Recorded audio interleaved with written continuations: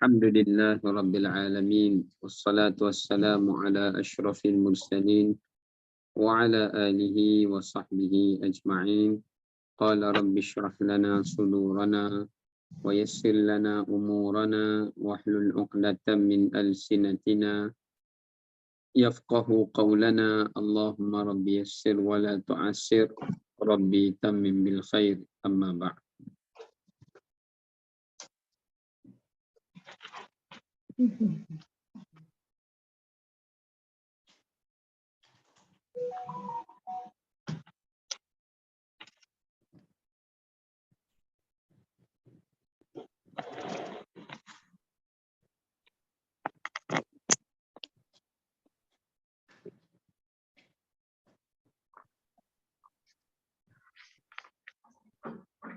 Alhamdulillah, kita rafakkan kesyukuran kepada Allah Ta'ala di atas segala rahmat dan kurniaannya. Pada petang ini kita masih lagi diberikan peluang dan keizinan oleh Allah Subhanahu Wa Ta'ala untuk dapat bersama-sama kita menyambung kembali untuk tafsir Juz'u Amma pada petang ini. Dan insya-Allah pada petang ini kita akan menyambung semula untuk tafsir kita, iaitu kita akan sambung kembali pada suratu Al-Buruj.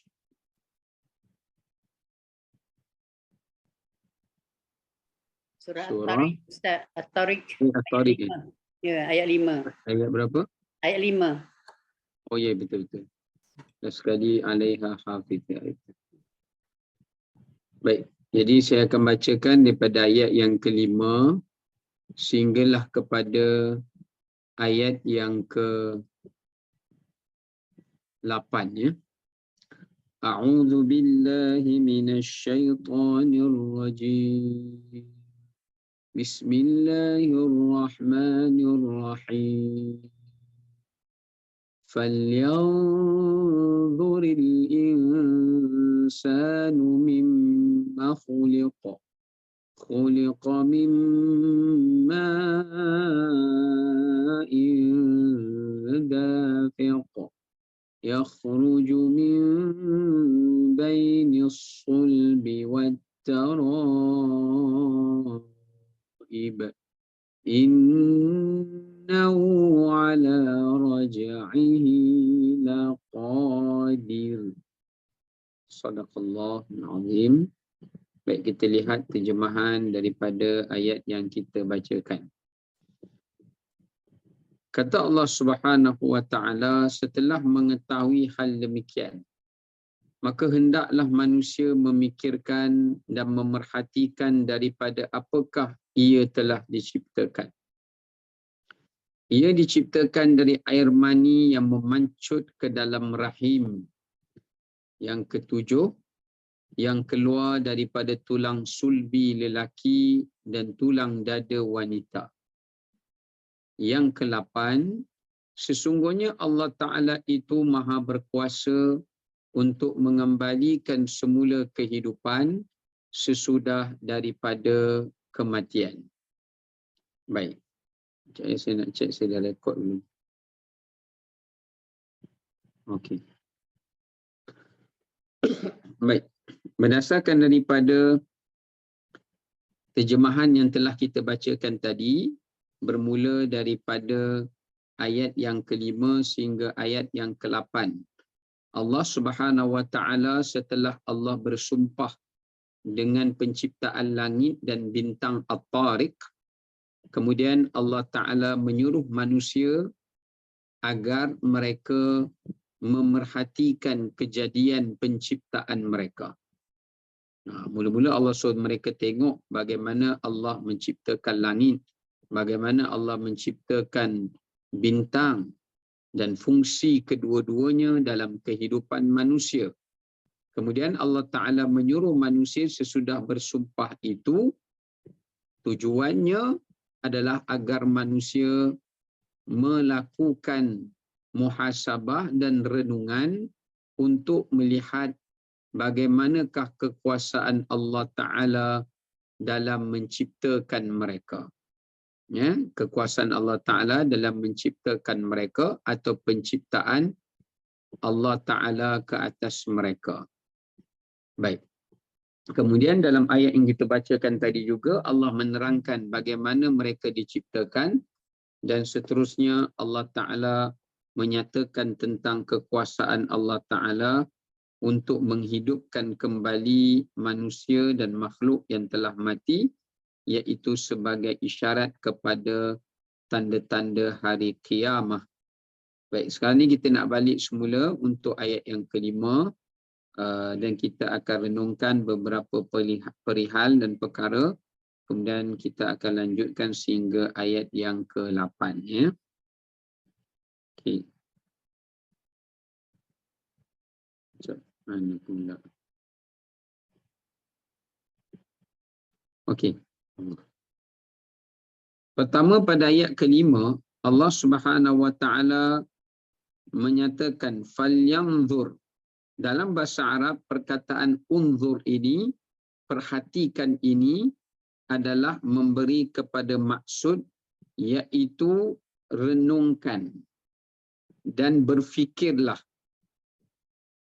Maknanya ayat ini Allah Subhanahu Wa Taala menyuruh manusia dan hamba-hamba Allah seluruhnya, baik yang beriman ataupun yang tidak beriman, untuk mereka mengenal diri mereka dan untuk mereka mengenal Allah Ta'ala yang berkuasa itu, yang maha pencipta itu. Salah satu daripada jalan untuk mereka mengenal Allah sebagai pencipta mereka adalah dengan mereka mengenal dan mengetahui bagaimanakah mereka itu diciptakan. Jadi bagaimanakah manusia itu diciptakan. Jadi dekat sini Allah Ta'ala menyebut perkataan falyanzur. Falyanzur dekat sini memberi kepada maksud renungkanlah kejadian penciptaanmu dan berfikirlah siapakah penciptamu. Itu maksud dalam bahasa Arab yang merujuk kepada perkataan unzur. Maknanya pertama kita nak kena tahu bagaimana kejadian penciptaan kita, dan yang keduanya adalah untuk kita mengenal daripada penciptaan kita itu siapakah penciptanya, siapakah yang menciptakannya. Baik. Di kat sini kita lihat ada beberapa perkara. Yang pertama yang boleh kita ambil daripada tafsiran yang pertama ini, iaitu kewajipan untuk melakukan muhasabah. Kewajipan untuk melakukan muhasabah sebagai jalan untuk manusia mendekatkan diri kepada Allah. Suatu kita nak kena tahu, bukan ibadat yang khusus sahaja menjadi amalan yang dapat mendekatkan diri kita kepada Allah.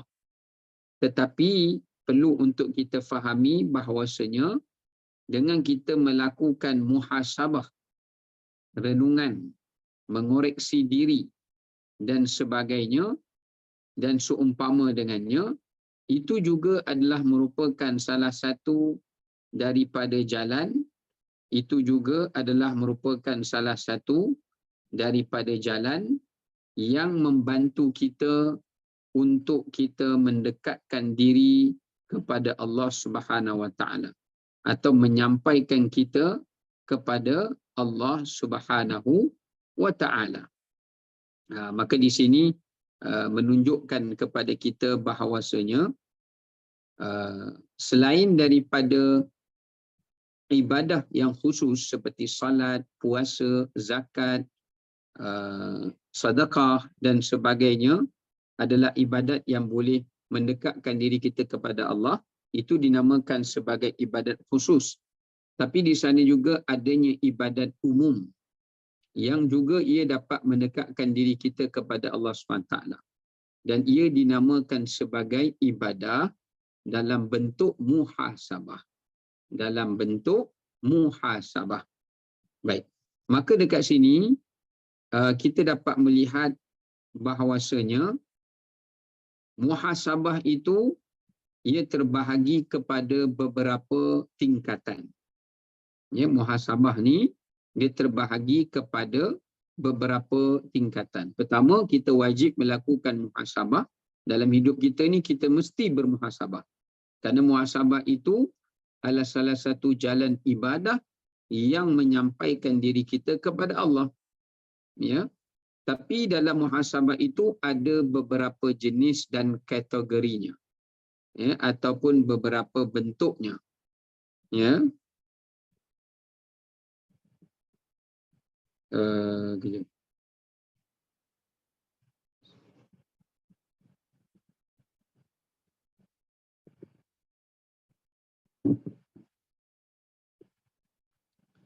Yang pertamanya yang boleh kita lihat adalah muhasabah itu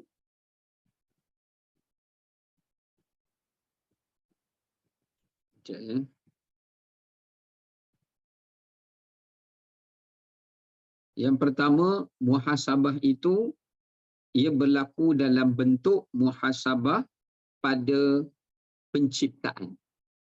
Yang pertama sekali muhasabah yang asas yang kita kena buat, muhasabah dalam bentuk kejadian dan penciptaan.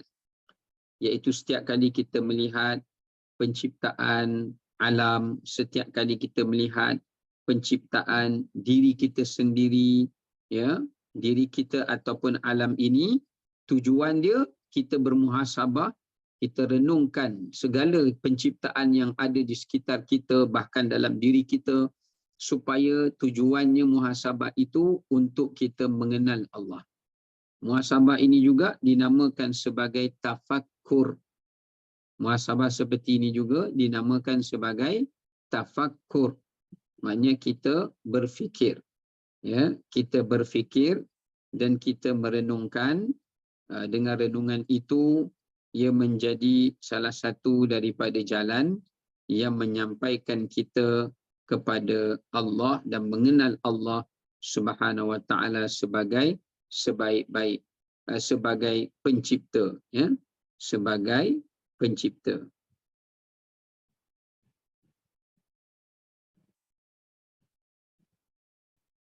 Baik.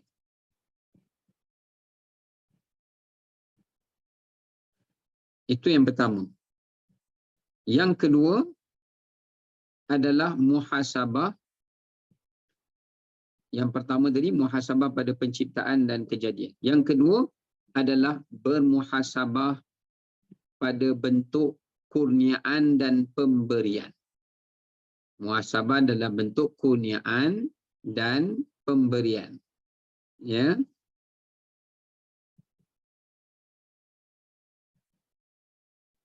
Baik. Maka di sini menunjukkan kepada kita bahawasanya tujuan kita bermuhasabah dengan nikmat yang Allah beri kepada kita, rezeki yang Allah beri kepada kita, dan segala bentuk nikmat-nikmat yang pelbagai yang Allah berikan ini, tujuannya adalah untuk kita menjadi hamba yang bersyukur. Itu muhasabah dalam bentuk kurniaan dan pemberian. Yang ni pun wajib kena buat.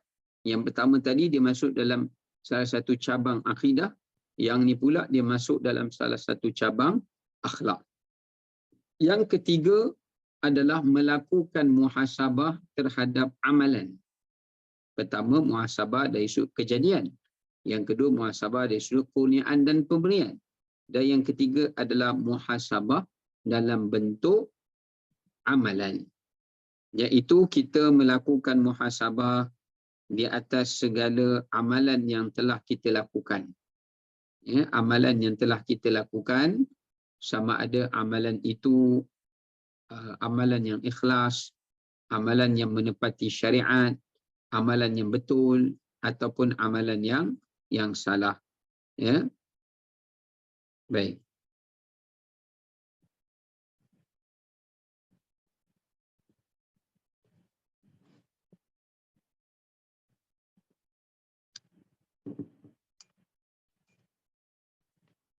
Okay.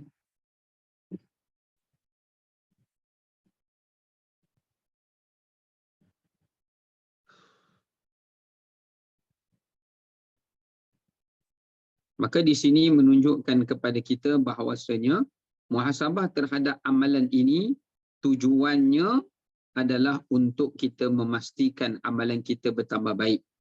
Ya, nak menjadikan ahsanu amala. Yang Allah sebut ya beluakum ayyukum ahsanu amala, supaya kita melakukan amalan yang terbaik. Nah, itulah tujuannya kenapa kita perlu melakukan muhasabah amalan. Dan muhasabah amalan ini datang dalam beberapa bentuk. Satu, muhasabah sebelum beramal. Yang kedua, muhasabah ketika beramal.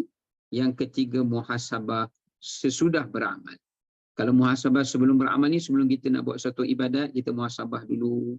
Kita buat ni kerana apa, tujuan apa, nak redha Allah ke, nak apa ke. Muhasabah ketika beramal ni, maksudnya kita masa tengah perform amalan tu, kita muhasabah, ya Allah, kita risau kalau amalan yang kita sedang buat tu Tuhan tak terima. Kita khawatir kalau amalan yang kita sedang kerjakan itu Allah tak ganjari. Dan yang ketiga, muhasabah sesudah beramal. Ini adalah dari sudut kita bermuhasabah dengan tujuan untuk kita merasakan amalan kita itu sedikit, ya, amalan kita itu tidak banyak, ya, supaya kita sentiasa akan memperelokkan amalan kita dan memperbaiki amalan kita daripada satu masa ke satu masa. Ya, baik. Itu yang ketiga, ya. Yang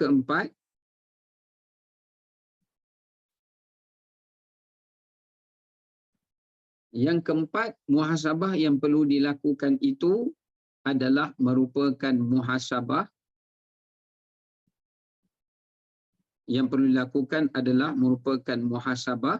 kehidupan. Pertama, muhasabah kejadian, penciptaan. Kedua, muhasabah kurniaan. Ketiga, muhasabah amalan. Yang keempat, yang terakhir, muhasabah kehidupan. Ini juga perlu untuk kita lakukan kerana muhasabah kehidupan ini, ia adalah tujuan untuk kita mengingati tujuan dia adalah untuk kita mengingati kehidupan kita, yang mana kita akan meninggalkan alam ini. Kita akan meninggalkan dunia ini. Seperti mana kita melakukan muhasabah mengingati kematian, ya, mengingati hari akhirat, mengingati syurga, mengingati neraka. Ini juga adalah dalam konteks bentuk-bentuk muhasabah, ya, konteks dalam bentuk muhasabah yang boleh kita lakukan, ya. Seperti orang yang bermuhasabah, ya, seperti orang yang bermuhasabah kepada Allah Subhanahu Wa Taala untuk dia ingat membuat persediaan bekalan menuju kematian, menuju hari akhirat, menuju di alam mahsyar, dan yang seumpama dengannya. Maka ini salah satu daripada bentuk muhasabah yang digalakkan dan dituntut untuk kita mengerjakannya atau melakukannya, ya.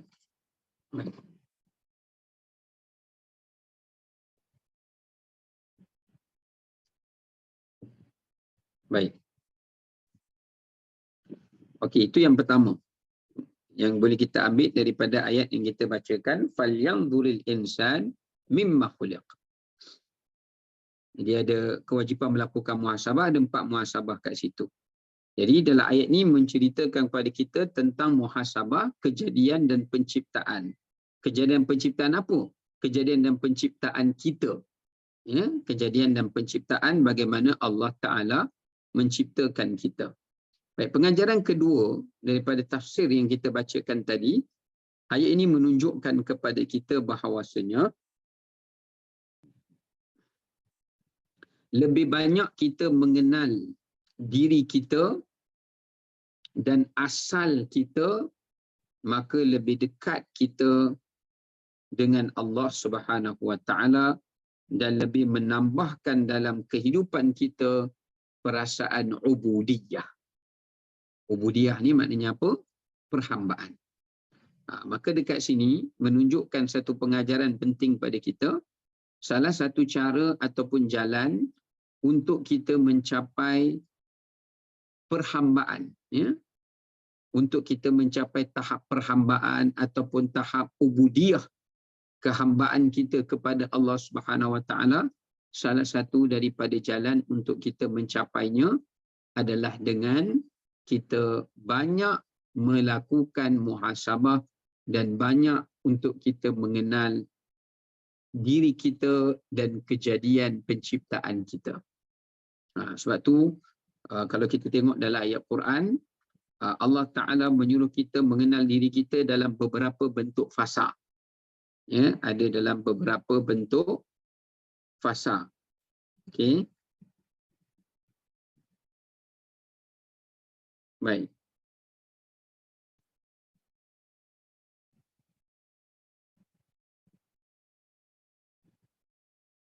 Yang pertama sekali,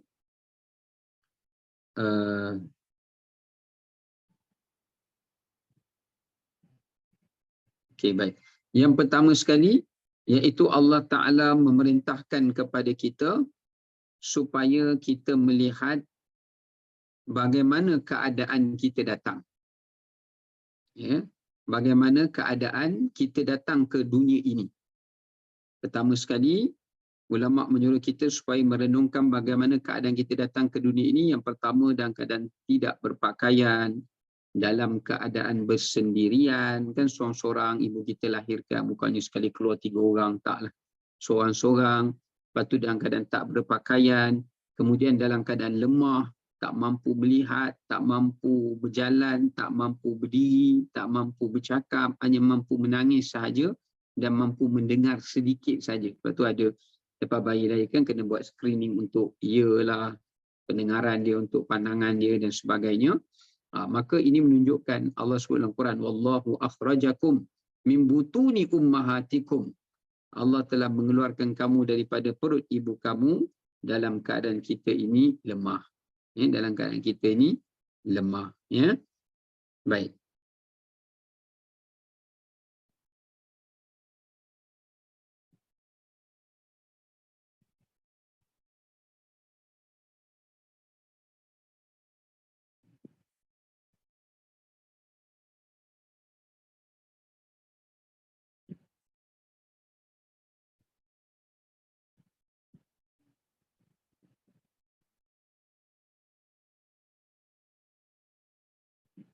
Baik. Yang kedua,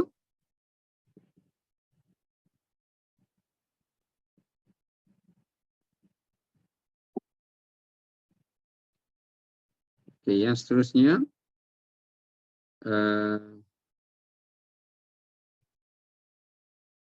sekejap ya, hilang pula. Okey. Yang seterusnya iaitu Allah Subhanahu wa taala memerintahkan supaya kita merenung kejadian kita itu dalam bentuk bukan dari sudut lemah dan macam mana bagaimana keadaan kita datang ke dunia ini, tetapi Allah Ta'ala menyuruh kita untuk merenungkan bagaimana kita ini adalah seorang yang jahil. Ya. Seorang yang jahil. Baik.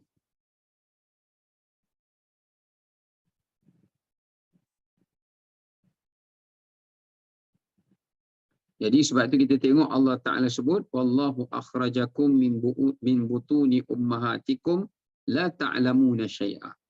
Kita keluar daripada perut ibu kita dalam keadaan kita jahil.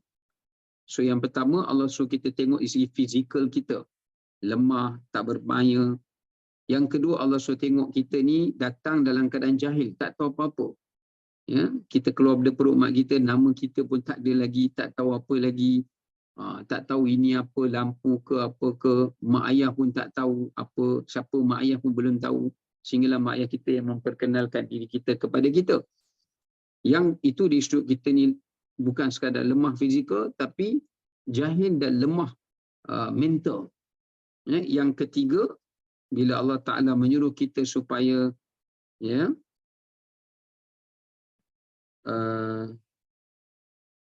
Allah Subhanahu Wa Ta'ala menyuruh kita supaya kita merenungkan dari sudut tadabbur kita untuk kita melihat, iaitu dari sudut bagaimana kita ini tidak ada nilai.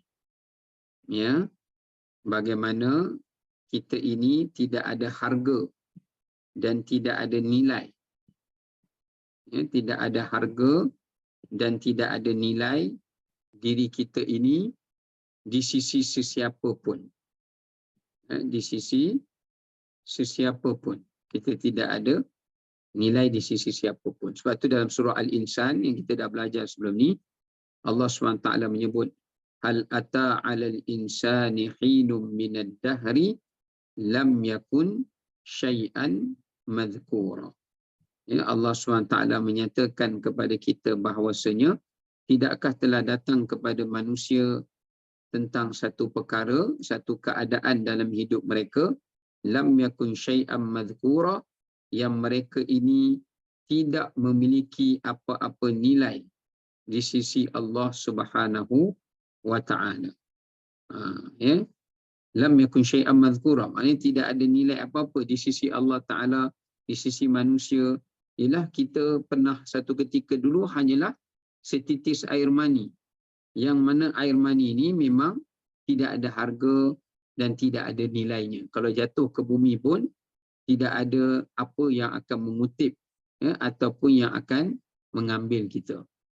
Sehinggalah Allah Ta'ala perelokkan kejadian kita, sempurnakan kejadian kita, dan seumpama dengannya Allah berikan rezeki, Allah perelokkan rupa dan sebagainya, maka pada ketika itu barulah kita menjadi mulia, menjadi hebat, dan sebagainya. Maka dekat sini ada 3 perkara yang Allah Subhanahu Wa Ta'ala jadikan dalam kejadian kita. Baik.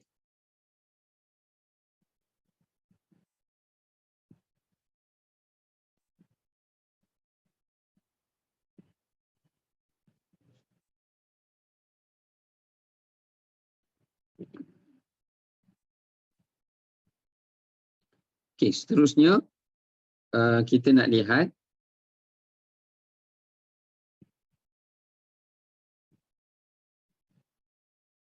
di antara mana ni? Yang ke ayat ke-6. Ayat yang ke-6 enggak. Okay, setelah Allah Subhanahu Wa Ta'ala memerintahkan kita supaya melihat dari sudut fizikal kita, dari sudut akal kita, dan dari sudut kita tak ada nilai di sisi Allah dan sisi manusia sehingga Allah memberikan nilai itu, kemudian Allah suruh kita tengok pada ayat ke-6, iaitu hakikat kita. Khuliqa mimma indafiq. Kata Allah SWT, manusia itu diciptakan oleh Allah SWT daripada ma'in dafiq, iaitu daripada air mani yang memancut. Ma'in dafiq maknanya air mani yang memancut. Maka dekat sini kalau kita tengok berdasarkan tafsir para ulama, iaitu Allah menciptakan mereka air yang keluar daripada lelaki dalam keadaan memancut ke dalam rahim wanita, sehingga lahir dengan asbab itu akan anak seperti mana yang diizinkan oleh Allah Subhanahu wa Ta'ala. Jadi dekat sini Allah Ta'ala menerangkan hakikat asal usul manusia itu adalah daripada air mani. Kenapa Allah Ta'ala sebut dafiq? Dafiq ni maknanya yang terpancur keluar.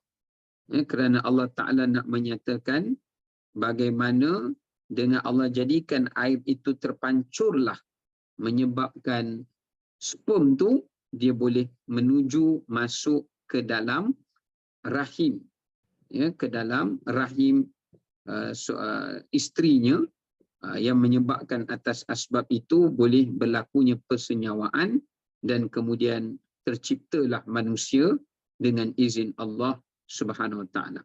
Ada ulama yang menafsirkan maksud dafiq. Dafiq itu maknanya mereka diciptakan daripada air mani. Tetapi yang dafiq itu maknanya yang telah ditiupkan roh, ya, yang telah ditiupkan roh ke dalam jasadnya. Ada yang mengatakan dafiq itu maknanya air mani yang terpilih. Maknanya daripada banyak-banyak jutaan ataupun ratusan ribu sperm, ya, daripada si suami itu, Allah Ta'ala telah memilih salah satu daripadanya untuk yang terpilih daripada sekaliannya untuk Allah Ta'ala ciptakan anak, ya, ataupun Allah kurniakan anak kepada pasangan suami isteri itu tadi. Ya, maka itu yang ditafsirkan makna dafiq. Pertama, air mani, diciptakan daripada air mani. Yang kedua, iaitu air mani yang terpilih. Maknanya sperm yang terpilih untuk Allah Ta'ala ciptakan, itu makna dafiq. Yang keduanya ada yang mengatakan makna dafiq itu adalah iaitu mereka diciptakan daripada air mani, yang mana air mani itu yang telah kemudiannya Allah tiupkan roh padanya. Maknanya kalau ada air mani pun Allah tak tiupkan roh, ketika persenyawaan itu berlaku, maka takkan jadi juga manusia. Maknanya akan gugurlah, kosonglah, kantung kosong kita panggil. Maka disebabkan kerana itu Allah Ta'ala menyatakan bukan saja manusia ini diciptakan daripada air mani yang hina, tetapi Allah Subhanahu Ta'ala jugalah yang telah mengatur kejadian mereka.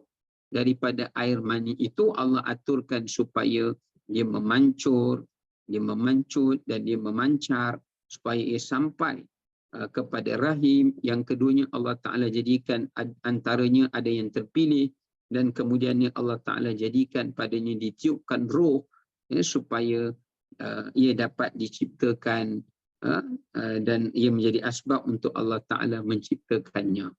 Okay? Itu dari sudut tafsir yang boleh kita lihat dekat sini. Ya, baik. Maka dekat sinilah ada beberapa pengajaran yang boleh kita ambil iktibar daripadanya. Yang pertama, pengajaran yang boleh kita ambil daripadanya melalui tadabbur pada ayat yang ke-6 ini berdasarkan tafsir yang telah kita bacakan, iaitu Allah Subhanahu Wa Ta'ala nak menyatakan tentang Alhamdulillah. Allah Ta'ala nak menyatakan tentang kepentingan sifat merendah diri. Merendah diri manusia kepada Allah Subhanahu Wa Ta'ala. Dekat sinilah menunjukkan kepada kita betapa penting untuk kita merendahkan diri kita di sisi Allah Subhanahu Wa Ta'ala. Ya, yang merupakan sifat tawadhu'. Sifat tawadhu'. Oleh kerana manusia itu daripada setitis air mani yang hina yang telah dipilih oleh Allah Subhanahu Wa Ta'ala dalam kejadian dan penciptaannya, maka hendaklah manusia itu merasa tunduk, taat, patuh dan akur kepada Allah Subhanahu Wa Ta'ala yang berkuasa, disebabkan kerana kelemahan dan kehinaan dirinya. Ya, maka dekat sini dapat kita lihat bagaimana kepentingan nilai sifat hasil daripada kita melakukan muhasabah itu, dia menatijahkan kepada sifat tawadhu'. Ya, sifat tawadhu' dan juga sifat merendah diri. Ya, sifat tawadhu' dan juga sifat merendah diri. Okey. Baik.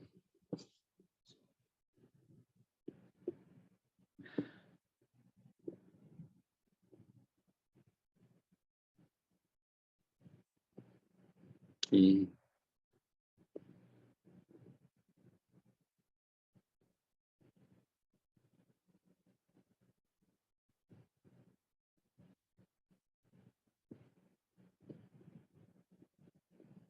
Okey, seterusnya kita nak tengok pengajaran yang kedua. Pertama, nak menunjukkan kepada kita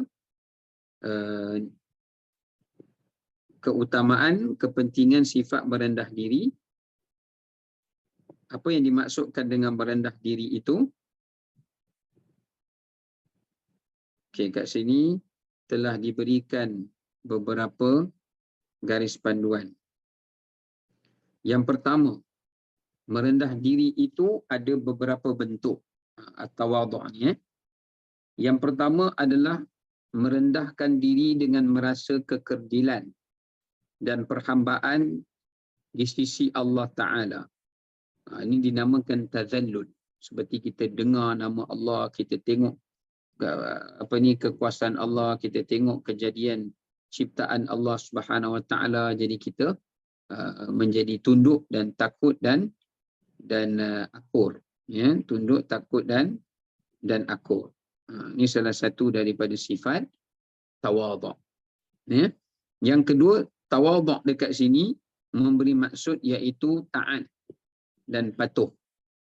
Tawadhu' ni bukan sekadar bila sebut nama Allah kita jadi takut, jadi insaf, tengok kuasa Allah, kita rasa akur, ya. Tapi tawadhu' itu juga dalam erti kata yang lain maknanya adalah merujuk kepada taat dan tunduk. Maknanya kita tunduk pada arahan Allah, taat pada arahan Allah, tinggal larangan Allah dan seumpama dengannya. Ya. Yang ketiga, tawadhu' itu juga memberi kepada maksud iaitu tidak menyombongkan diri ke atas ketetapan hukumnya. Tawadhu' itu juga bukan sekadar taat dan mengajarkan surat Allah dan meninggal larangan Allah. Tapi tawadhu' itu juga maksudnya adalah apabila kita membenarkan dan tidak menyombongkan diri atau menolak atau membangkang atau meragui sesuatu ketetapan daripada hukum hakam Allah, sama ada yang datang daripada Al-Quran atau yang datang daripada hadis Nabi sallallahu alaihi wasallam. Baik. Yang keempat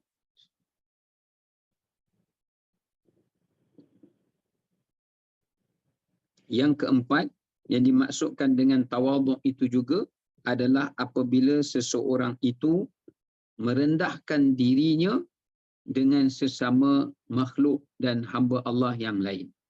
Itu juga dinamakan tawadhu'. Seperti kita merendah diri, Allah suruh kita merendah diri di hadapan ibu ayah kita. Allah Ta'ala menyuruh kita merendah diri dengan sesama umat manusia. Ya, Allah Ta'ala menyuruh kita merendah diri dengan kalangan golongan orang fakir miskin, kita tidak menyombong, kita tidak bongkak dan seumpama dengannya. Itu juga termasuk daripada bentuk kita merendahkan diri dengan Allah Subhanahu Wa Taala, ya, ataupun merendahkan diri kita dengan sesama umat manusia. Okey, baik. Kemudian kita sambung balik pada ayat yang ke-7. Kita lanjutkan pada ayat yang ke-7. Kata Allah SWT pada ayat ini, setelah Allah bagi tahu asal usul kita, Allah kata air itu, air mani itu datang melalui sulbi, tulang sulbi lelaki dan tulang taraib wanita. Macam mana tu? Ya. Okay, kita tengok di sudut tafsir dulu.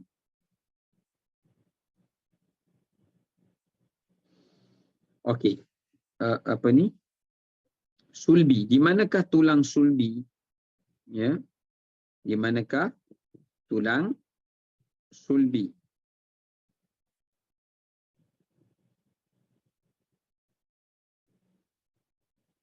Okey, kat sini Allah Ta'ala dia sebut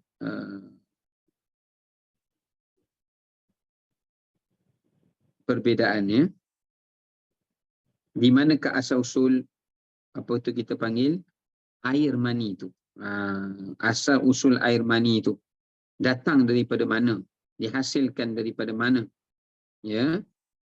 Jadi kalau wanita dipanggil taraib, ya, kalau lelaki daripada sulbi, ya. Baik. Ada yang mengatakan, okey, kita pergi taraib dulu. Taraib ini adalah tulang daripada bahagian dada. Dada ni maknanya tulang rusuk lah. Ya. Tulang rusuk. Ya. Iaitu tulang yang datang daripada sini, ini taraib. Tulang yang datang daripada taraqi. Taraqi ni dekat trakea. Trakea untuk kita begini. Daripada tulang sini, taraib, sampai kepada sandawah. Sampai kepada separuh. Separuh tulang rusuk. Itu makna taraib. Ya, makna taraib. Ya. Baik.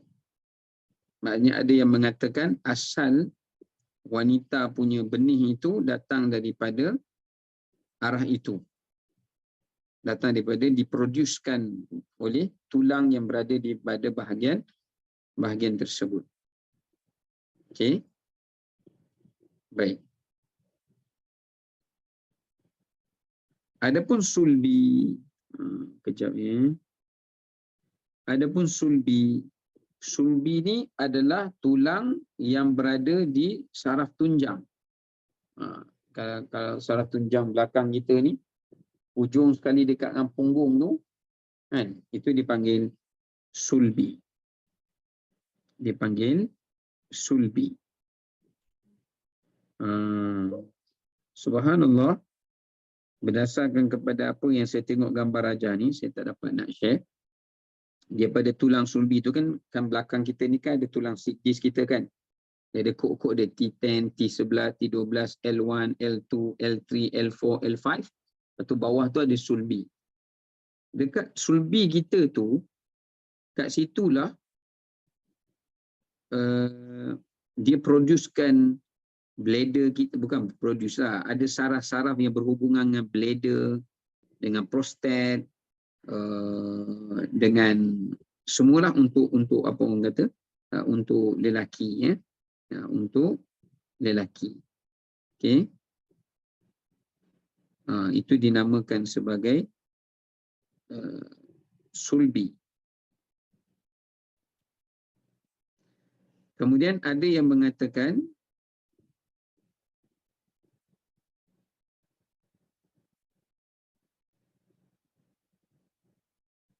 maknanya kalau sulbi ni yang datang daripada arah belakang. Daripada saraf tunjang ni, tulang ni. Kalau sulbi, taraib datang daripada tulang yang datang daripada bahagian depan. Tulang apa ni? Rusuk. Itu dipanggil sebagai tulang apa ni? At-taraib. Tulang at-taraib. Okey.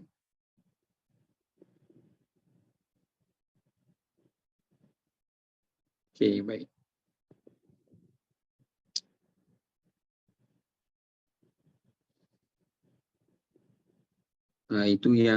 Itu dari segi nilai mukjizat lah ya, yang kita boleh tengok. Dari ada satu, bukanlah tulang rangka tu maknanya dekat sebelum nak sampai tulang rangka tu ada tulang kat tengah tu. Ada satu tulang kat tengah tu, lepas tu baru tulang rusuk kita. Tulang rusuk kita, sebelum tulang rusuk kita tu kat tengah tu ada satu tulang. Tulang yang kat tengah tu yang producekan untuk orang perempuan. Dia ada satu tempat untuk menyalurkan kepada orang perempuan pergi ke ovari dia. Ya. Adapun bagi lelaki adalah tulang sulbi dia, yang tulang belakang. Yang pergi kepada bladder dia. Bladder dan prostat dan testis dan sebagainya lah. Maka kat sini Allah Ta'ala bagi tahu kepada kita di manakah datangnya punca air mani itu. Bagi lelaki daripada tulang sulbi, bagi perempuan daripada tulang at-taraib. At-taraib. Okey, baik. Okey, itu dari sudut tafsir lah. Dari sudut tafsir, Allah Ta'ala menerangkan kepada kita daripada mana asal datangnya air mani ini. Okey, apa pengajaran dan faedah? Kenapa Allah bagi tahu kepada kita daripada arah mana datang air mani itu? Kalau cukuplah, sepatutnya cukuplah Allah kata kita diciptakan daripada air mani. Okey, cukup. Itu pun kita dah faham dah. Ataupun air yang bercampur antara benih lelaki dan benih wanita. Di kalangan pasangan suami isteri, bila bercantum benih itu, maka akan menjadi asbab lahirnya zuriat, lahirnya anak. Ya. Tapi Allah detailkan lagi, Allah bagi tahu. Air tu kalau daripada lelaki datang daripada sulbi, kalau daripada perempuan datang daripada tulang taraib, iaitu tulang yang berada di tengah di antara diliputi dengan tulang rusuk dan sebagainya. Okey, kenapa Allah Taala perincikan? Dekat sinilah nak menunjukkan kepada kita tentang bagaimana faedah dan pengajaran yang sangat penting. Ya, faedah dan pengajaran yang sangat penting. Ya, baik. Yang pertama, kenapa Allah Taala sebut daripada mana datang air mani ini terhasil, baik untuk lelaki ataupun untuk perempuan. Yang pertama adalah untuk membuktikan kebenaran Al-Quran. Itu pengajaran pertama. Sebab bila saintis dan juga pakar-pakar kedoktoran mereka mengkaji tentang daripada bagaimana terhasil sperma dan sebagainya, ovum, ya, yang terhasil daripada ovari, dalam ovari itu bagaimanakah ia terhasil, maka akhirnya mereka mendapati sebagaimana yang telah pun dinyatakan di dalam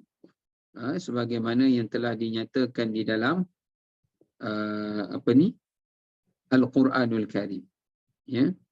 Dan mereka mendapati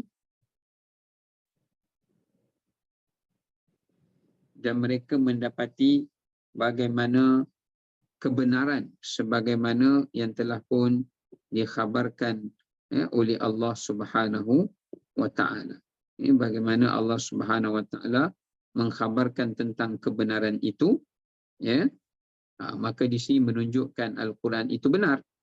Ya, itu salah satu daripada kenapa hikmah, ya, Allah Subhanahu wa Ta'ala memberitahu daripada mana asal usul air mani itu terhasil.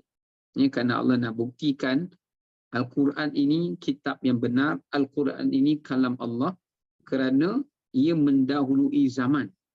Kerana belum ada ilmu sains, belum ada ilmu kedoktoran moden yang mengkaji daripada mana asal usul semua benda itu. Tapi bila Islam datang, Islam boleh ceritakan benda itu.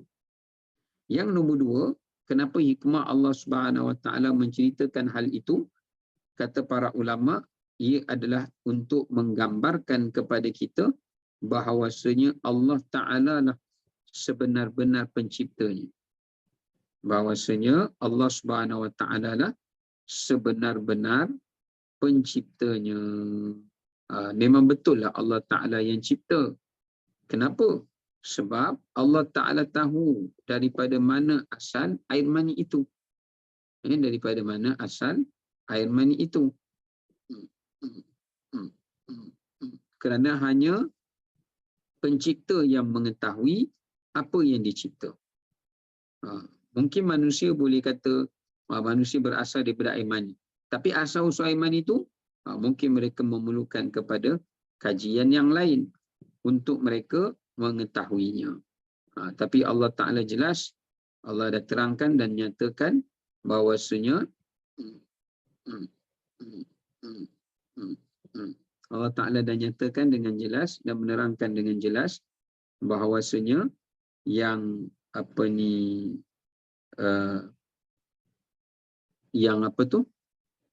yang mana ia berasal daripada antara tulang sulbi dan juga tulang taraib. Tulang sulbi dan juga tulang at-taraib. Maka di sini menunjukkan memang benarlah Allah Subhanahu wa Ta'ala yang menciptakan, ya. Kerana mana mungkin Allah Subhanahu wa Ta'ala tidak mengetahui apa yang ia cipta. Mustahil Allah Ta'ala tidak mengetahui apa yang ia ciptakan. Maka dekat sini menunjukkan kepada kita kebenaran